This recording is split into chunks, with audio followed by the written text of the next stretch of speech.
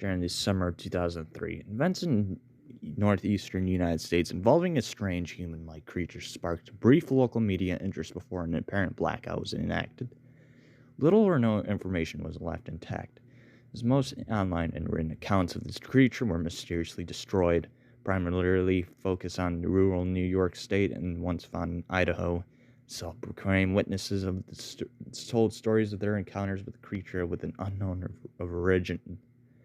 Emotions range from extremely traumatic levels of fright and discomfort to an almost childlike sense of playfulness and curiosity. While their published versions are no longer on record, the memories remain powerful. Several of the involved parties began looking for answers that year. Early 2006, the collaborations accumulated nearly 24 documents dating between the 12th century and the present day. Spanning 4 continents, in almost all cases, the stories were identical. I've been in contact with a member of this group and was able to get from their upcoming book. Found in the same wooden box, there were 2 empty envelopes addressed William and Rose and one loose personal letter with no envelope. Dear Leanie, I have prayed for you. He spoke for your name. Journal entry that translated from Spanish, 1880. I have experienced the greatest terror. I have experienced the greatest terror. I have experienced the greatest terror. I see his eyes. When I close mine, they are how black. They saw me and pierced me. His wet hand, I will not sleep. His voice. Mariner's Log, 1691. Came to me in my sleep. From the foot of my bed, I felt sensation. He took everything. We must return to England. We shall not return here against the request of the Rake. From a witness, 2006. 3 years ago, I just returned from a trip in Niagara Falls with my family for the 4th of July. We were all very exhausted for a long day of driving. So my husband and I put the kids right to bed and called it a night. At about 4 a.m., I woke up thinking my husband had gone up to use the restroom. I used the moment to steal back the sheets, only to wake him in the process. I apologized and told him I would, though he got out of bed.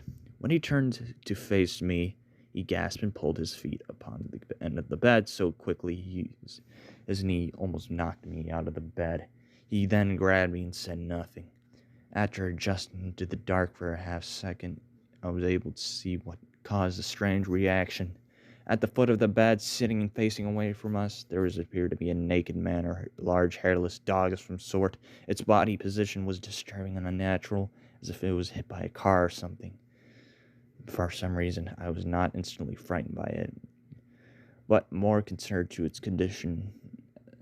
At this point, I was somewhat assumed that we were supposed to help him. My husband was peering over his arm and knee, tucked with the fetal position, occasionally glancing at me before turning to the creature. The flurry of motion, the creature scrambled around the side of the bed and then crawled quickly in some flailing sort of motion right along the bed until it was at least less than a foot away from my husband's face. The creature was completely silent about 30 seconds, or probably closer to 5. It just seems like a while. Just looking at my husband, the creature has placed its hand on its knee and ran into the hallways, leading to the kids' rooms. I screamed and ran under the light switch, planning to stop him before he hurt my children. When I got to the hallway, the light from the bedroom was enough to see it crouching and hunched over 20 feet away. He turned around and looked directly at me, covered in blood. I flipped the switch on the wall and saw my daughter, Clara. The creature ran downstairs while my husband and I rushed to help our daughter. She was very badly injured and spoke only once more than her short lie. She said, "He is the Rake." My husband drove his car into a lake that night while rushing our daughter to the hospital. They both did not survive. Being in a small town, news got pretty quickly. The police were helpful at first, and the local newspaper took a lot of interest as well. However, the story was never published, and the local television news never followed up either. For several months, my son Justin and I stayed in the hotel near my parents' house. After we decided to return home, I began looking for answers for myself. I eventually located a man in the next town who had a similar story. We got in contact and began talking about our experiences. He knew of two other people in New York who had seen the creature that we now referred as the Rake.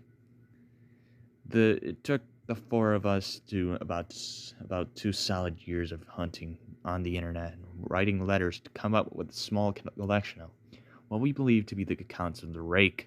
None of them gave any details, history, or follow-up. One journal had an entry involving the creature in its first 3 pages, never mentioned again. A ship's log explained nothing of the encounter, saying only that they were told to leave by the Rake.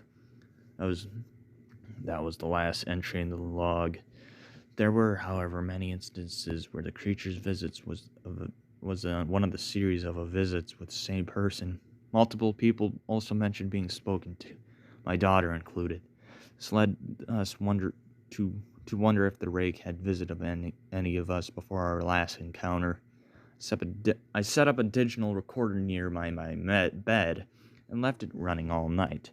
Every night for 2 weeks, I would tediously scan through the sounds of me rolling it around my bed each day when I woke up. At the end of the second week, I was quite used to the occasional sound of sleep while blurring through the recording at 8 times the normal speed. This still took almost an hour every day. On the first day of the third week, I thought I heard something different. What I found was a shrill voice. It was the Rake. I can't listen to it too long enough to even begin to transcribe it. I haven't let anyone to listen to it yet. All I know is that I've heard it before, and now I believe that it spoke when it was sitting in front of my husband. I don't remember hearing anything at the time, but for some reason, the voice on the recorder immediately brings me back to that moment. The thoughts that must have gone through my daughter's head makes me very upset. I have not seen the Rake since he ruined my life, but I know that he has been in my room for a while I slept, and I know and fear that one night I'll wake up to him staring at me